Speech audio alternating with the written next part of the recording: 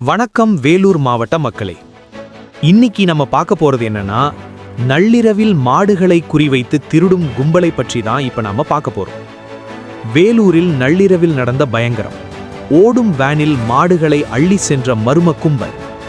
வேலூர் மாநகரோட பரபரப்பான பகுதிகளான Dinakaran bus stop, Salavanpet, கோயில் மானியம், இந்த இடங்கள்ல எல்லாம் பொதுவா மாடுகள் நடமாட்டம் அதிகமா இருக்கும்.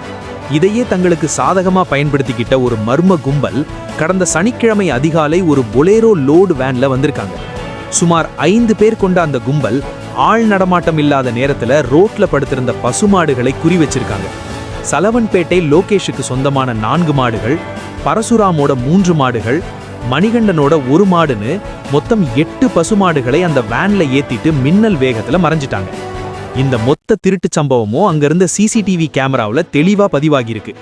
அந்த வீடியோவை பார்க்கும்போது இது ஏதோ முதல் முறை பண்ற மாதிரி தெரியல. ரொம்ப திட்டமிட்டு தொழில்முறை திருடர்கள் போல இந்த கும்பல் செயல்பட்டு இருக்காங்க. இந்த வீடியோ இப்போ வைரலாகி மக்கள் மத்தியில பெரிய அச்சத்தை ஏற்படுத்தி இருக்கு.